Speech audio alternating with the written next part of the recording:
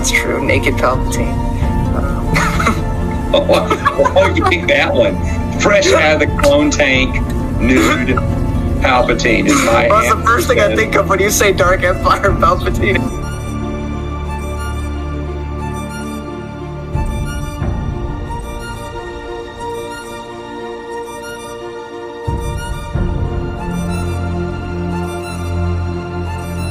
Listen, guys. Someday, some mythical day, I'm gonna get to it. You're wondering what I'm talking about based on the title of this. Well, one day I will read War and Peace by Tolstoy. And one day I will also read Infinite Jest. They are on the long expected and anticipated TBR. But I was not prepared for War and Peace. So I decided to get a sample of what that might be like by reading a shorter tale by Leo Toltsoy. Tolstoy? I'm not Russian. But this is The Death of Ivan ILych. ILych? I don't know. This story is essentially, and again, I think this is really relevant. I mean, by the time you're watching this, we're halfway through 2026 already. But for me, it's like literally just beginning. I'm 25 now. And, you know, I don't think everybody does this, but definitely people that are in their heads a lot, they think about death. And think about the fact of my time on Earth. And if I die of natural causes, I'm probably dying in my 70s. If I get hit by a car, if I get cancer, I could die a lot sooner. This is a story of a man in his final days, in his dying days. And how he worked really hard. He got a family, like you typically think, like suburban neighborhood, like what do you do to live a successful life? You get married, you have kids, you have a successful career, and you grow old and you die. And that's the good life, right? That's what people strive for. But he lived his whole life just like that, and he found it empty and devoid. And then he passes away. And realizes how much time he wasted and not on the important things. And this is Russian literature, so there is no happy ending. He doesn't get to change things. He doesn't get to tell his family that he was in the wrong, that he's sorry, that he loves them, that and then he just gets all better and has a change of heart and everything's better. Like he just dies. And that's the end of the story. Like there's no happy end here. But that's not the point. The point is that if you're reading this story and you've finished it, well, you're not him. You're not dead. You're still breathing. You're still here. So what will you do with the time you have before you become him yourself?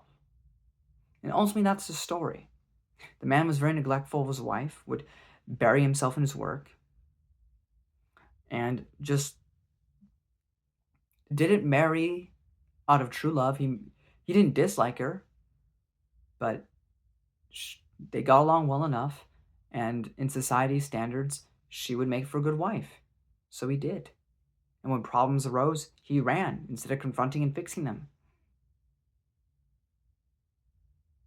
He grew old, and he was mostly alone. His family wasn't really there to support him. I mean, why would they be? He wasn't there for them. He gets occasional kindness from a young man, but that's about it. He dies in pain, he dies screaming, and he dies alone, with the thought that there's still time to fix it, but there isn't for him. It's too late. It's done. It's over. Capiche, kaboom, whatever, done. But you do. So what shall you do with the time you have left, however much that may be? The book leaves that for you to figure out, the novella. But I really enjoyed it. I mean, it's only like, it's a very short story. It's not, definitely not past 100 pages. My copy is only 70. Print was very small, though. But what will you do? That's ultimately the question of the book and the question I have for you. What will you do with the time you have? Now, I'm going to get into some spoilers. I don't have many, but if you don't want any spoilers, well, there's the door.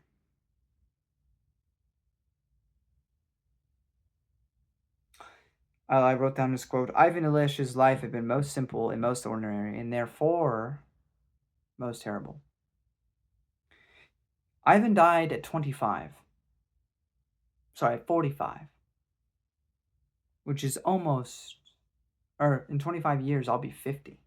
Which makes this a 20-year gap from me. This man was only 20 years older than me. Passed away. It's just some perspective. Here's my biggest quote from the book. I've quite a couple, actually. The syllogism he had learned from Kisweter's logic. Caius is a man, men are mortal, therefore Caius is mortal. It always seemed to him correctly as applied to Caius, but certainly not as applied to himself, that Caius, man in the abstract, was mortal, was perfectly correct, but he was not Caius, not an abstract man, but a creature quite separate from all others. He had been little Vanya, with a mama and a papa, with Mitya and Valaria, with the toys, a coachman and a nurse, afterwards a Kaneka, and with all the joys, griefs, delights of childhood, boyhood, and youth. What did Caius know of the smell of that striped leather ball Vanya had been so fond of? Had Caius kissed his mother's hand like that? Did the silk of her dress rustle so for Caius? Had he rioted like that at school when the pastry was bad? Had Caius been in love like that?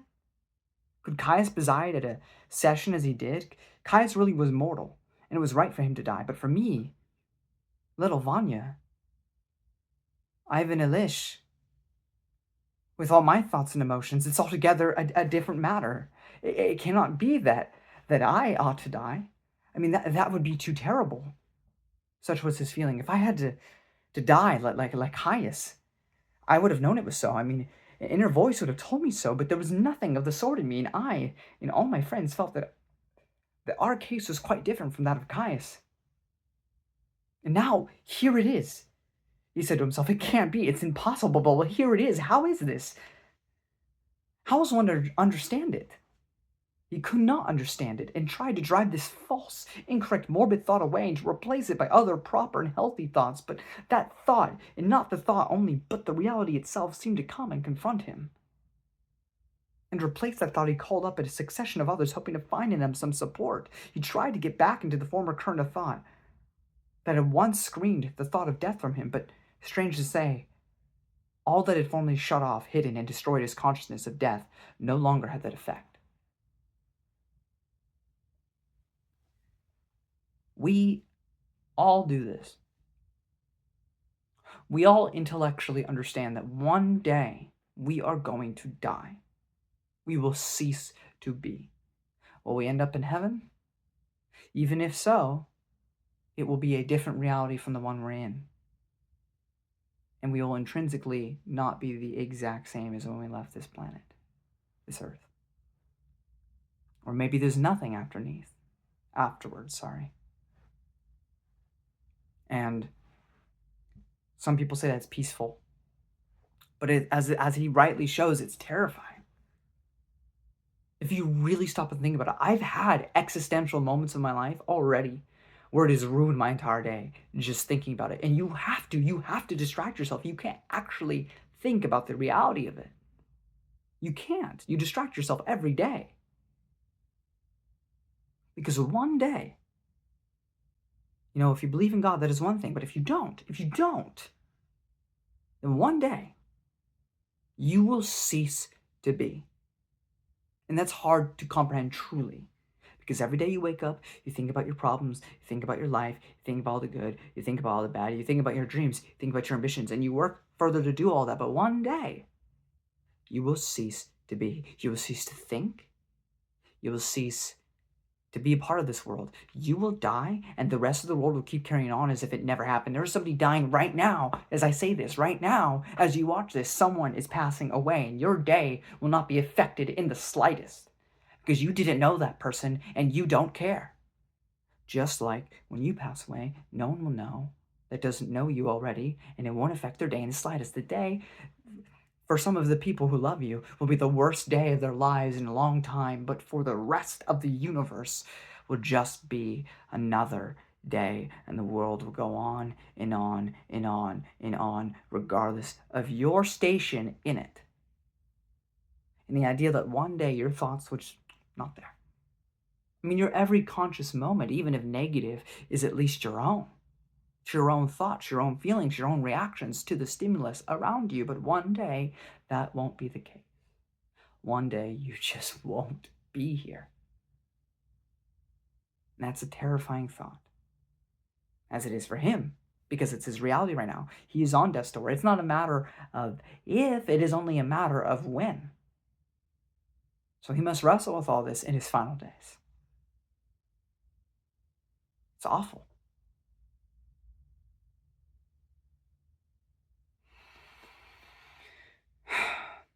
He went on account of his helplessness, his terrible loneliness, the cruelty of man, the cruelty of God, and the absence of God. Why hast thou done all this? Why hast thou brought me here? Why dost thou torment me so terribly? He did not expect an answer, and yet wept because there was no answer and could be none. The pain again grew more acute, but he did not stir and did not call. He said to himself, "Go on, strike me, but what is it for? What have I done to thee? What is it for?" Then he grew quiet, and not only ceased weeping, but even held his breath and became all attention. It was as though he was listening not to an audible voice, but to the voice of his soul, to the currents of thoughts arising within him. "What is it you want?" was the first clear conception, capable of expressing in words, that he heard. "What do you want? What do you want?" he repeated to himself. "What do I want?" "To live and not to suffer," he answered. And again he listened with such concentrated attention that even his pain did not distract him. "To live? How?" asked his inner voice. "Why, to live as I used to? Well and pleasantly." Lastly, and the further he departed from childhood, and the nearer he had came to the present, the more worthless and doubtful were the joys. This began with the school of law. A little that was really good was still found there. There was lightheartedness, friendship, hope. But in the upper classes, there had already been fewer of such good moments. Then, during the first years of official career, when he was in the service of the governor, some pleasant moments again occurred. They were the memories of love for a woman. Then all became confused, and there was still less of what was good. Later on again, there was still less that was good, and the further he went, the less there was. His marriage, a mere accident, then the disenchantment that followed it, his wife's bad breath, and the sensuality and hypocrisy, and then the deadly official life and those preoccupations about money, a year of it, and 2, and 10, and 20, and always the same thing, and the longer it lasted, the more deadly it became. It is as if I had been going downhill while I imagined I was going up, and that is really what it was. I was going up in public opinions, but to the same extent, life was ebbing away from me. Now it is all done, and there is only death. But he ends it hoping in time he can fix the wrongs that he's done. But ultimately he passes away. And the book even starts not from his perspective, but from his family's, as his last few hours have him screaming, crying out in pain, and then he passes away. And his supposed best friend is only consoling the wife because he feels it's his duty to. He doesn't particularly feel that close to Ivan. If anything, it is an inconvenience that he has to waste his day here. The wife seems more relieved than sad, and ultimately, it's Ivan's fault. And his kid never really knew him. It's bleak. It's depressing. It's sad. It's Scrooge's end, if not for the 3 ghosts. Christmas Carol reference. We don't know when our end will be. It could be today. It could be tomorrow. It could be a week from now. It could be a month from now. It could be 57 years from now. But one day you will die. It is inevitable. It is the one thing that no one can ever stop.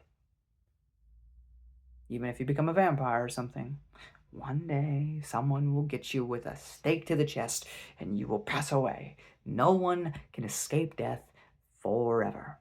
Perhaps there's an afterlife. But regardless of that, that's a different experience entirely from this one. What will you do with the time you have on this planet? It is not too late for you, because you're still here. So make the most of it while you can. 25. Ooh-ha! Al Pacino. Anyway. Out of order. You're out of order. Sorry. I'm watching a lot of Al Pacino. Anyway. Thank you all so much for watching. Enjoy this video, thumbs up. I loved Leo Toltsoy so much, and I do plan on reading War and Peace one day, and Anna Karenina. I don't know when I'll get to it, but at some point I will. Anyway, guys, till next time, literally, please live long and prosper. Until next time, bye-bye.